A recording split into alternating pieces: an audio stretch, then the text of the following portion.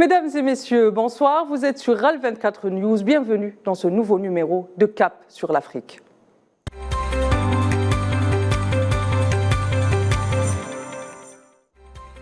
Et pour ce dernier numéro de l'année, je vous propose tout naturellement une rétrospective des événements marquants de 2022. 2022, une année charnière, les enjeux géopolitiques, stratégiques et même l'échiquier mondial se sont vus bouleversés. L'Afrique n'est pas en reste du monde. Cette année a été celle des grandes mutations. On peut le dire, un nouveau visage de l'Afrique est en train de se dessiner. 60 ans après leurs indépendances, les États africains veulent écrire une nouvelle page de leur histoire. La jeunesse africaine, cette jeunesse fière de ses héritages, de la résistance au colonialisme sous toutes ses formes, à la conquête du monde.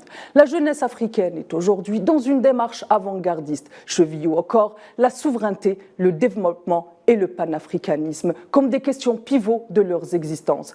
Et pour décortiquer cette année 2022, j'aurai le plaisir d'être accompagné par mon collègue, journaliste spécialiste des questions économiques, Kherdine Batache, aux côtés de Massiri Diop, journaliste indépendant qui nous rejoint depuis Bamako. Bonsoir Kherdine. Bonsoir Tinhina. Bonsoir Massiri. Bonsoir. Et sans transition aucune, on entame cette émission. Je commence avec vous, Massiri Diop. Je l'ai dit pendant mon introduction, la trajectoire historique de la souveraineté a toujours été une question centrale quand on parle de l'Afrique. Et durant cette année 2022, les événements qui se sont enchaînés semblent montrer une nouvelle trajectoire sur cette question. Qu'en pensez-vous, Monsieur Massiri ? Est-ce que vous pouvez, s'il vous plaît, répéter la question? Ma question est, est-ce que cette année 2022 a été décisive pour les souverainetés africaines? Effectivement, on peut dire qu'en tout cas, c'était une année très chargée, une année charnière, une année où il y a eu beaucoup d'événements, surtout sur le plan africain. On a vu beaucoup de bouleversements. Maintenant, dire que c'est l'année à laquelle l'Afrique est devenue beaucoup plus indépendante, je dirais que l'Afrique aspire à beaucoup plus d'indépendance parce que nous avons assisté à quelques phénomènes. Vous avez vu ces coups d'État. Ces coups d'État n'ont été qu'une façon de réaffirmer un peu plus la volonté des Africains de s'approprier de leurs propres problèmes. La volonté des Africains également d'avoir des solutions africaines aux problèmes africains. Est-ce qu'on peut dire par exemple le fait que l'Union africaine ait refusé le statut de membre observateur à l'entité sioniste fait partie de cette nouvelle souveraineté dont vous êtes en train de parler, Massiri? Tout à fait, c'est une affirmation de soi. C'est une affirmation de soi, et cela va de soi parce que on ne peut pas tout accepter. On est obligé quand on est en quête. Quand on est dans cette quête de beaucoup plus de souveraineté, parfois de prendre des décisions qui ne seront certainement pas populaires et qui ne seront pas sûrement appréciées par des partenaires, mais néanmoins, ce sont des décisions qui auront leurs conséquences dans le temps et dans l'espace. Kherdine Batache, je ne sais pas si vous serez d'accord avec moi, mais les souverainetés ont aussi été le fer de lance de l'économie africaine ce 2022. Est-ce que vous pouvez nous dire un mot sur cette question ?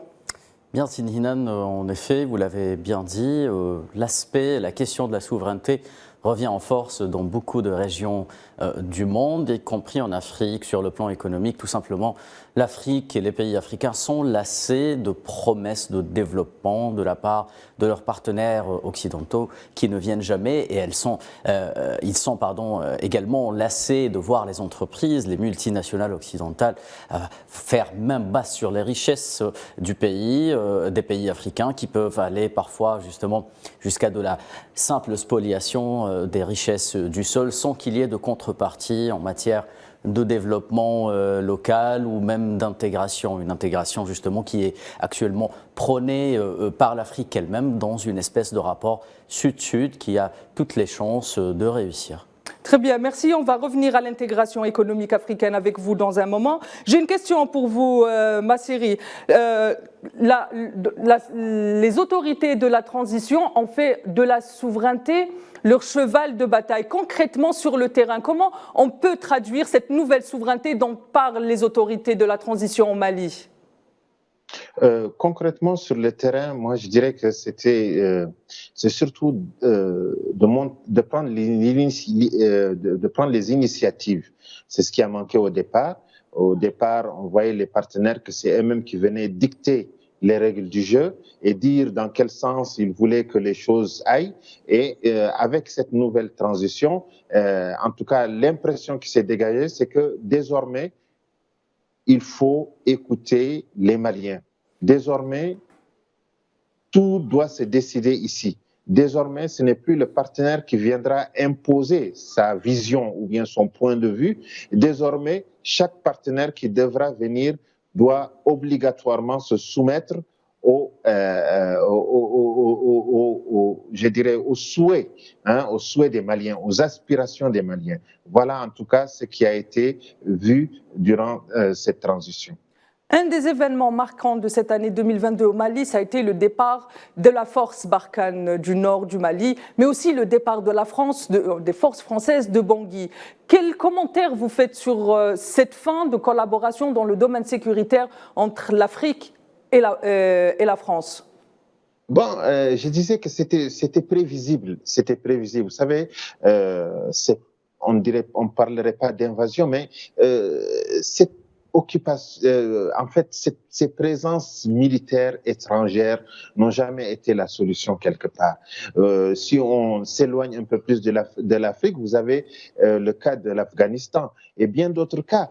Il y a eu plus de 20 ans de présence. Et est-ce que ça a permis véritablement à ces pays de tourner complètement le dos aux pratiques anciennes? Je ne crois pas. Donc, c'est tout simplement il fallait tout simplement s'attendre à ce que ces présences prennent fin de cette façon. Parce que tout est lié au départ. Vous savez, chez nous, on dit que souvent, c'est la base qu'il faut travailler. La base de ces relations n'a pas été travaillée comme on le souhaitait.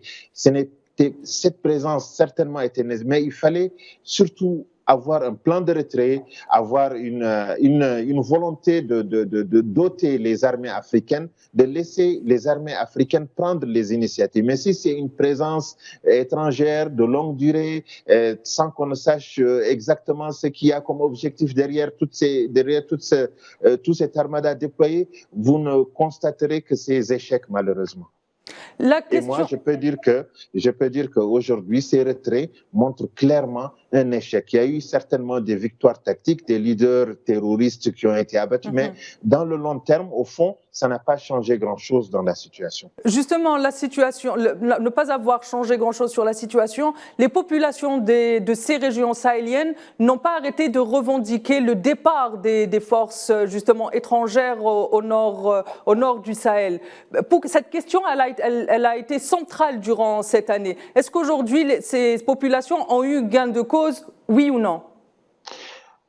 Difficile d'affirmer qu'elles ont eu totalement gain de cause. Gain de cause dans le départ de ces troupes, d'accord. Gain de cause dans l'affirmation de soi, d'accord. Mais les questions qui sont essentielles restent toujours en suspens.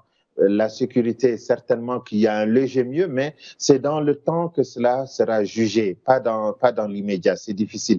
Donc, gain de cause, c'est dans le départ ou bien dans le retrait de ces troupes, mais parmi les questions, en tout cas, qui devaient être réglées, il y a beaucoup qui reste encore à faire. Merci Masseri. On va faire une petite parenthèse pour parler de l'année économique de l'Afrique. Et je vais en parler avec vous, Kherdine. Sur le plan économique, cette année a été pleine de surprises, n'est-ce pas, Kherdine? Bien évidemment, il y a eu des événements qui ont été plus importants les uns que les autres peut-être. On va parler d'abord du Mali. La presse, en particulier occidentale, a dit que l'année du Mali a été difficile. Comment qualifieriez-vous l'année économique du Mali, Kherdine? Alors Tinhinen, juste avant de parler du Mali, j'aimerais quant à moi également ouvrir une petite parenthèse pour rappeler le contexte économique de l'année 2022 concernant le continent africain, mais également le reste du monde. Il faut savoir que beaucoup de pays africains ont dû, par exemple, faire face à une année très difficile, 2021, marquée par les conséquences de la crise Covid, justement, et de tous les manques à gagner en matière que ce soit d'exportation, de production, qui a amené beaucoup d'États à promulguer ou faire adopter des lois de finances qui n'étaient pas très propice justement à la relance. Donc il fallait d'abord assainir les comptes, le budget par rapport à cela. Puis il y a eu dans la foulée cette deuxième crise avec un impact peut-être encore plus grave pour certains pays, c'est le conflit russo-ukrainien qui a eu également son impact sur la situation alimentaire du continent. Beaucoup de pays dépendent, comme vous le savez, justement des exportations de céréales venant de la Russie, mais également de l'Ukraine. Et il a fallu attendre cet accord, justement, sur les exportations de céréales, négocié entre la Turquie, d'une part, la Russie et l'Ukraine sous l'égide de l'ONU, pour pouvoir débloquer des cargaisons de céréales à destination de l'Afrique. Cette situation s'applique également au Mali, qui, lui, a encore d'autres circonstances à prendre en considération. C'est les conséquences de la situation politique et ses rejaillissements sur l'économie par rapport à la, justement, décision prise par la CEDEAO de mettre en place une espèce d'embargo sur le Mali, une décision qui, pareil, a été suivie par une autre décision, celle de l'UEMOA, de également appliquer des sanctions sur le Mali, voilà, qui ont mis le Mali dans une situation extrêmement difficile. Très bien, Khabdine. Par contre, la Libye a enfin pu respirer en cette année 2022. Un commentaire, Khabdine. La Libye, tout simplement, elle a pu respirer parce qu'elle a repris ses exportations de pétrole après plusieurs années, justement, de turbulences dans le secteur de l'énergie. Je donne juste un petit chiffre. La Libye, malgré toutes les difficultés politiques que ce pays traverse depuis 2011, a pu produire 1,2 million de barils cette année, revenir à un niveau avant 2011, juste à titre de comparaison, 1,2, c'est à peu près ce que million de barils par jour, c'est à peu près ce que produit l'Algérie. Et en Tunisie, on va essayer de faire un peu l'ensemble des régions africaines. En ce qui concerne la Tunisie, ça a aussi été une année très difficile. En effet, la Tunisie également a été pleinement impactée par les conséquences de la crise Covid, notamment sur certains secteurs clés comme le tourisme. Le départ des touristes pendant 2 ans a affecté le budget, la manne financière qui tout simplement venait du secteur touristique avec des millions de touristes qui manquaient à l'appel, a tout simplement mis la Tunisie dans une situation financière difficile. Il a encore une fois fallu réfléchir à un prêt de la part du FMI, un prêt qui est toujours négocié entre le FMI et la Tunisie, mais également de nombreuses opérations financières d'aide de la part d'États amis ou frères comme l'Algérie. Un quid sur le Maroc qui a aussi connu des difficultés et qui a encore du mal à les surmonter. Le Maroc a probablement connu l'une de ses années économiques les plus difficiles depuis son existence, tout simplement. L'explosion de la dette extérieure du Maroc, l'explosion du budget marocain. Je rappelle que la dette extérieure marocaine dépasse les 10 milliards de dollars, peut-être les 12, on s'achemine vers les 12 milliards de dollars d'ici la fin de l'année. Le gros des dépenses de l'État, tout simplement marocain, va à l'énergie. Le Maroc n'arrive pas à assurer sa sécurité énergétique, y compris sa sécurité alimentaire, à la suite d'une très très longue période de sécheresse qui a impacté le secteur de l'agriculture. Le secteur de l'agriculture qui est un secteur névralgique au Maroc. Donc le Maroc a basculé dans une espèce de crise socio-économique qu'il a du mal à gérer. Un mot sur l'Algérie qui semble avoir une économie pleine dans cette année 2022, Khabdine. Oui, vous le dites, une économie pleine grâce à la résilience de l'économie algérienne en cette année 2022. Elle a pu profiter, à l'image d'autres pays, tout simplement de la hausse des prix du pétrole. Le baril de pétrole qui était apprécié en 2020-2021 environ 30 $ en moyenne est passé à 100 $ lors du début du conflit ukrainien. Il s'est stabilisé actuellement à environ entre 80 et 85 $. L'Algérie, grâce à sa politique d'intégration économique en Afrique. C'est un projet que l'Algérie, justement, veut promouvoir tous azimuts, et c'est d'arrimer le continent africain, notamment la région Sahel, à ses ambitions d'intégration économique à tous les niveaux. Cette ambition, justement, elle s'articule sur deux aspects principaux que je vais essayer de vous résumer rapidement. Le premier, c'est de faire en sorte que la logistique s'installe, une logistique sud-sud s'installe grâce à un certain nombre de projets d'infrastructures. Je citerai deux projets d'infrastructures majeurs. La route transsaharienne, dont 40% est réalisée par l'Algérie et qui va justement relier Alger à Lagos en passant par plusieurs pays de la région, et le projet transsaharien TSGP, le gazoduc transsaharien qui passe par le Nigeria, le Niger et l'Algérie, et qui va permettre le désenclavement d'un certain nombre de pays qui justement n'arrivent pas à s'extirper d'une forme d'isolation ou d'isolement économique qui fait tant de mal à l'économie africaine, si ce n'est subsaharienne. Très bien, merci Kherdine pour ce tour d'horizon de l'économie africaine 2022, mais aussi des projets à venir. Je reviens vers vous, Massiri. Comme vient de le dire mon collègue Kherdine, les rapports sud-sud sont le fer de lance de l'Algérie, le fer de lance même du panafricanisme. Cette année, la médiation africaine a été au cœur des gros dossiers, des gros dossiers et des grosses crises africaines, notamment au Nord Kivu, ou encore les accords de paix issus du processus d'Alger. Est-ce que ces questions aussi cette médiation afro-africaine est un nouveau visage de l'Afrique souveraine? Comme vous l'avez si bien dit, ça fait partie. Vous vous souvenez déjà au départ, je vous ai dit que l'Afrique a désormais compris qu'il fallait une solution africaine aux problèmes africains. Les solutions ne viendront pas d'ailleurs.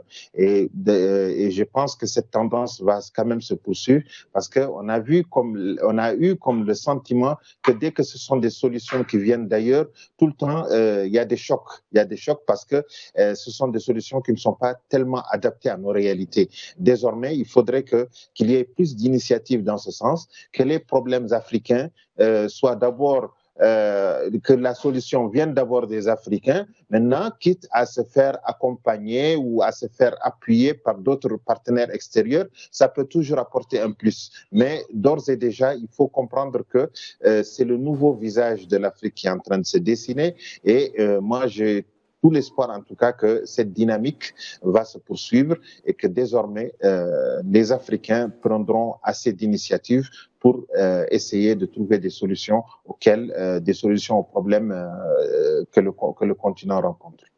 Cette année, Massiri a aussi connu la fin d'un procès tant attendu, celui de l'assassinat de Thomas Sankara.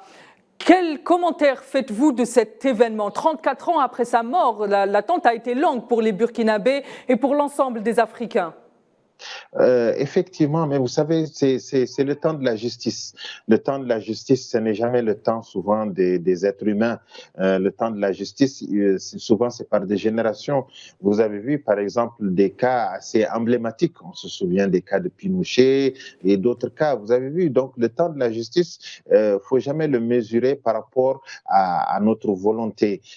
Certainement, l'attente a été longue, mais au finish, c'est le résultat qui compte. Et le résultat aujourd'hui, c'est que il a été reconnu que ce qui lui est arrivé, c'est un assassinat et que sa famille désormais sera endommagée, sera dédommagée plutôt, autant pour moi. Donc, je pense que ce sont ces genres d'initiatives, ces genres d'actions qu'il faut pour que véritablement nos justices aussi puissent se redorer leur blason comme il faut. Et est-ce que vous pensez qu'on peut s'attendre au même genre de procès concernant la mort de Amilcar Cabral ou encore de Patrice Lumumba, Massiri? Non, ce n'est pas à exclure, ce n'est pas à exclure. Si ce n'est pas cette génération, mais les générations futures. En tout cas, les événements qui ont En fait, ce qui s'est passé avec le Burkina, surtout le procès de du décès de Thomas Sankara, montre que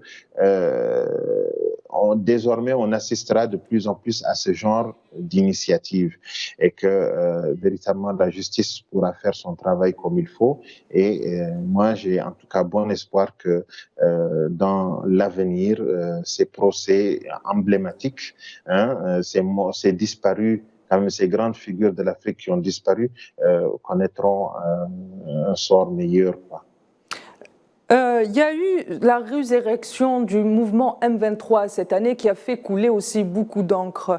Pourquoi 2022 ? Pourquoi cette résurrection en 2022, Masseri, à votre avis ? Bon, c'est que les problèmes n'ont pas été résolus comme il faut. C'est comme ça qu'il faut voir la situation. Et un problème, on ne le contourne pas.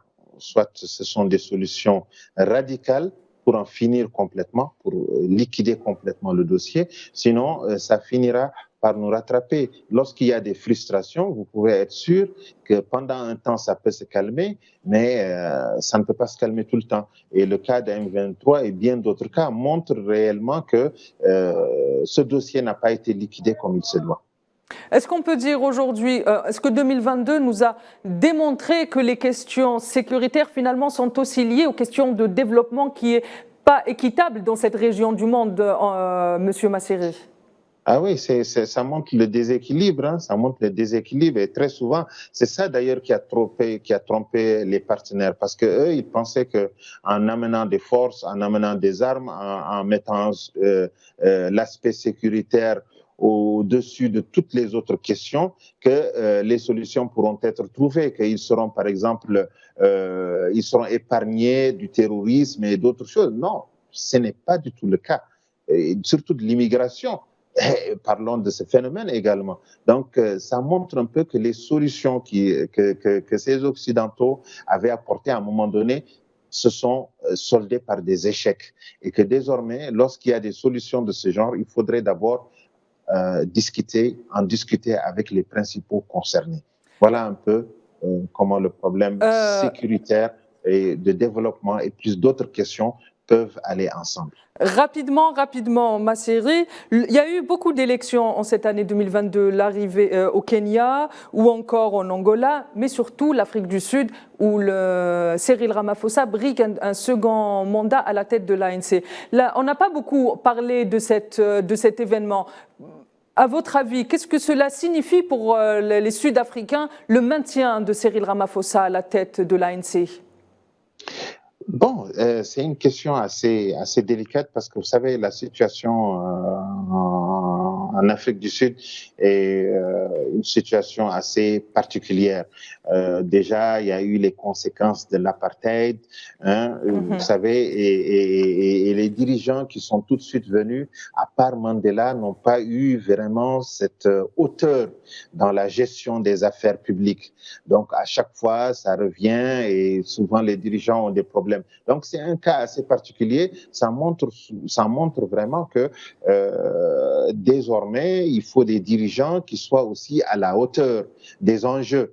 À la hauteur des enjeux, à la hauteur des défis. C'est ça surtout qu'il faut. Et non des dirigeants qui viennent uniquement pour voir leurs propres intérêts, pour essayer un peu d'arrondir un peu leur économie. Ça ne marche pas et dans le temps, ils auront des ennuis.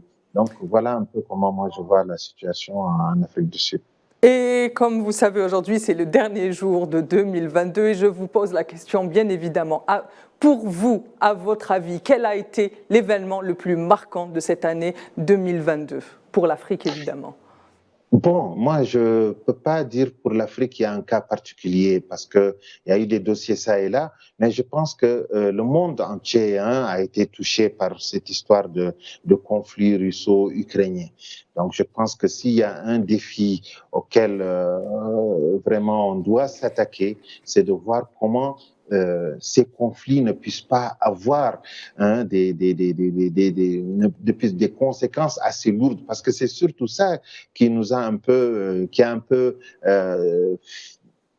qui a un peu eu vous avez vu par exemple comment désormais il y a eu ce tiraillement entre Ouest et Ouest, et on dit aux gens de ne pas renforcer leur partenariat avec les Russes, donc d'être plus du côté occidental. Donc on a voulu que l'Afrique joue ce rôle d'arbitre, tranche en faveur de l'un au détriment de l'autre. Donc tout cela montre en effet que ces conflits, souvent d'ordre géostratégique, ont des conséquences assez dramatiques chez nous, et que tant qu'on ne trouvera pas les mécanismes pour ne pas faire que les grands, en tout cas les puissances, s'affrontent, moi je pense que tout ce qu'on aura à faire comme initiative sera vraiment un coup d'épée dans l'eau. Très bien, merci Masseri, et je vous souhaite bien évidemment une joyeuse année 2023, qu'elle vous apporte de l'espoir et de la paix à vous et à tous les Africains. Merci Masseri de nous avoir accompagnés pour cette émission. C'est moi qui vous remercie. Bonne année à tous. Mesdames et messieurs, merci de nous avoir suivis pour ce dernier numéro de l'année 2022 de Cap sur l'Afrique. Il ne me reste plus qu'à vous souhaiter une très bonne année 2023, que le meilleur accompagne notre continent. Excellente fin de soirée sur Al 24 News.